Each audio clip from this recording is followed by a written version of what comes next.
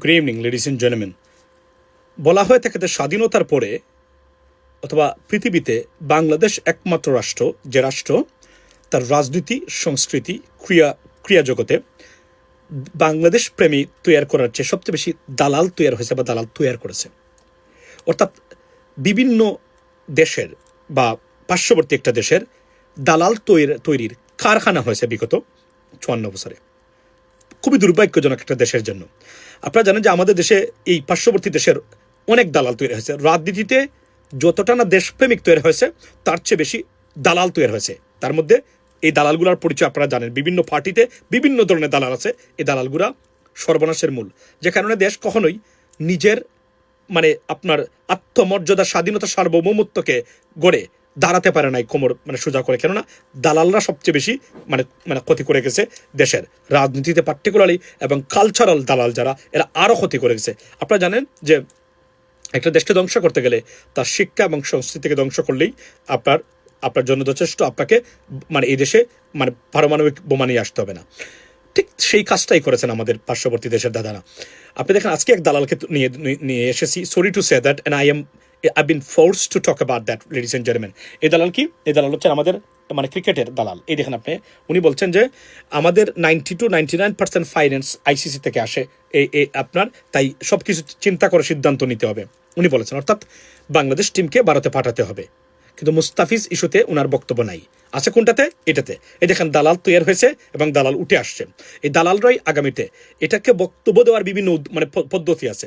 সরাসরি বলে দেওয়া হচ্ছে যে বাংলাদেশকে যেতেই হবে। কেন যেতে হবে? বাংলাদেশ না গেলে বাংলাদেশের সাথে পাকিস্তান ক্রিকেট বোর্ড যুক্ত হয়েছে, এবং এই আইসিসিকে গতকালকে বলেছি, মঈন আলী বলেছেন আইসিসি কারা চালায় আপনারা জানেন। অর্থাৎ ইংল্যান্ডের একজন প্রেস্টিজাস এবং পদকপ্রাপ্ত একজন cricketer, very very respected, dignified, উনি বলছেন আইসিসি চালায় ভারত। নিজে বলছেন।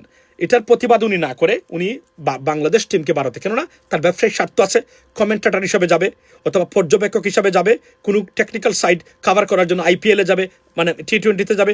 এই যে তার ব্যবসা এবং তার স্বার্থে আঘাত পড়েছে, উঠে এই বক্তব্যটা সেখানে দিয়ে বলল এটা তো বাংলাদেশ শুরু করে নাই, শুরু করেছে ভারত। এটা তো একটা প্রতিক্রিয়া জানাতে হবে। মুস্তাফিজকে রিজেক্ট করা বাংলাদেশকে রিজেক্ট করা। আমাদের আত্মমর্যাদা এবং ডিগনিটি নিয়ে বাঁচতে হবে।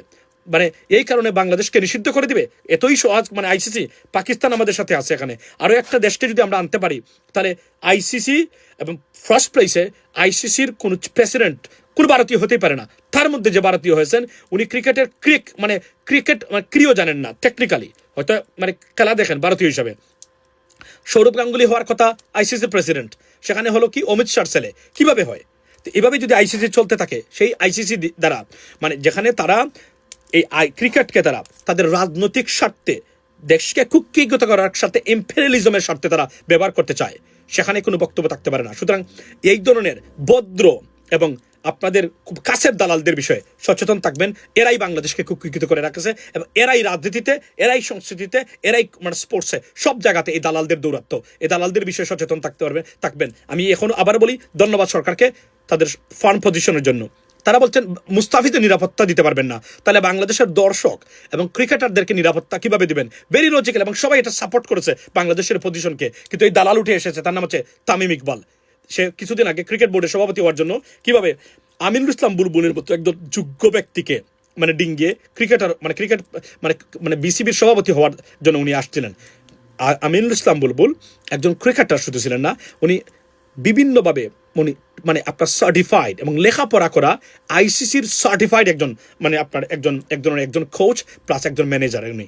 উনাকে ডিঙ্গিয়ে উনি আসছিলেন। উনি ক্রিকেটার যিনি অস্ট্রেলিয়াতে কাজ করেছেন, আইসিসির সাথে কাজ করেছেন, এসিসির সাথে কাজ করেছেন। উনার কাজ করার কি যোগ্যতা আছে? তামিম ইকবালের দু একটা বড় শট মেরে দিলেই কি আপনি ম্যানেজার হওয়া যায়? এগুলো হচ্ছে আমাদের বাংলাদেশের জন্য সবচেয়ে বিপজ্জনক আপনার ব্যক্তি। এদের বিষয়ে সচেতন থাকবেন। Have a blessed day. See you next time. আসসালামু আলাইকুম।